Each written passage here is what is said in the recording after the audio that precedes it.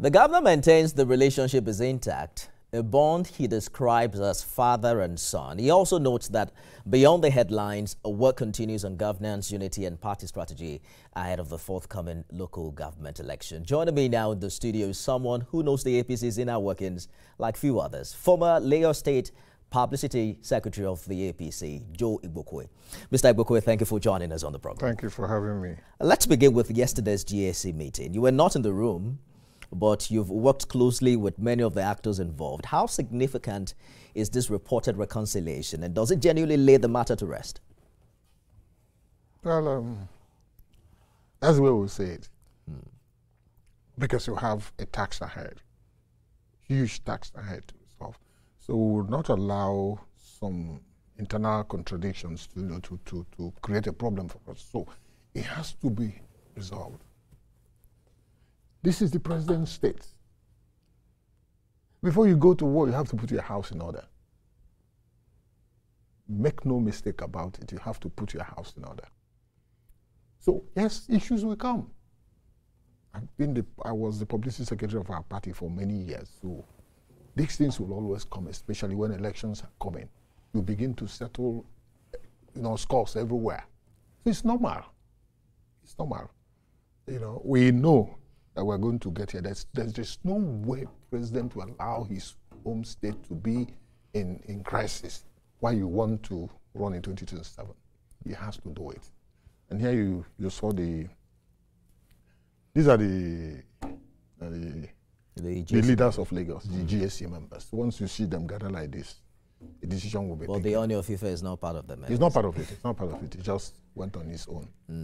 The G50, is the inner room, the engine room of Lagos. I mean, the GAC members. Yes. Some have argued that the viral video was overblown. But in politics, they say optics matter. Do you think the APC in Lagos handled the fallout effectively?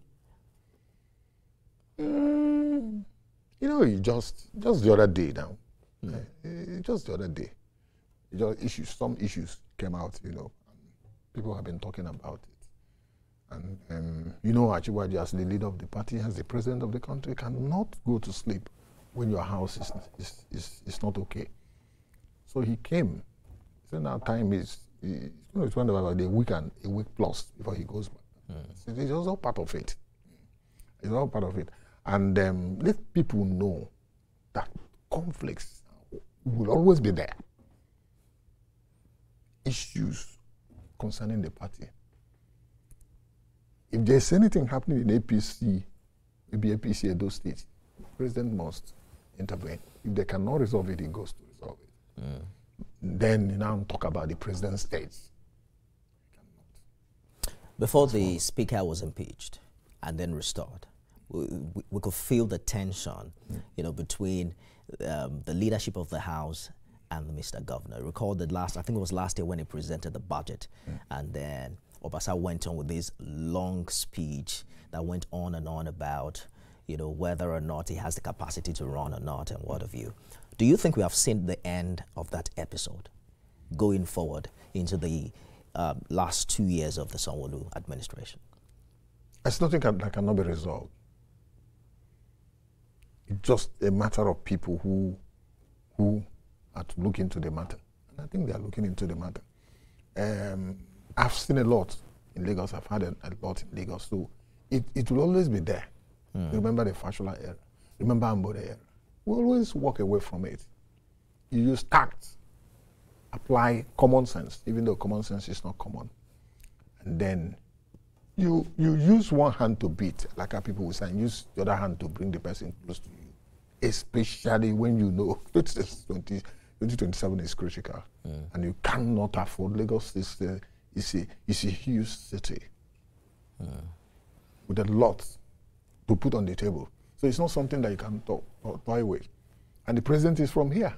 So if you cannot solve the problem of internal contradictions in your state, will you go to another state to go and do it? You handle your state. And you spend longer time this season in Lagos.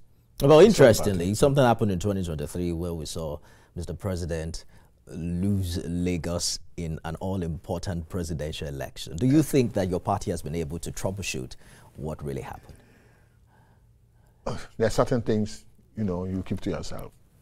You know, I was one of the principal figures in that election. We never expected it. We lost. It's some word of it that we lost, and we know the reason. Igbo, my people are in great number there, so we know what they did. So we left it and just moved on. But you know, it's all politics. If that election holds again now, what do you think will happen? My dynamics, you know, have changed. You're sure? I'm telling you.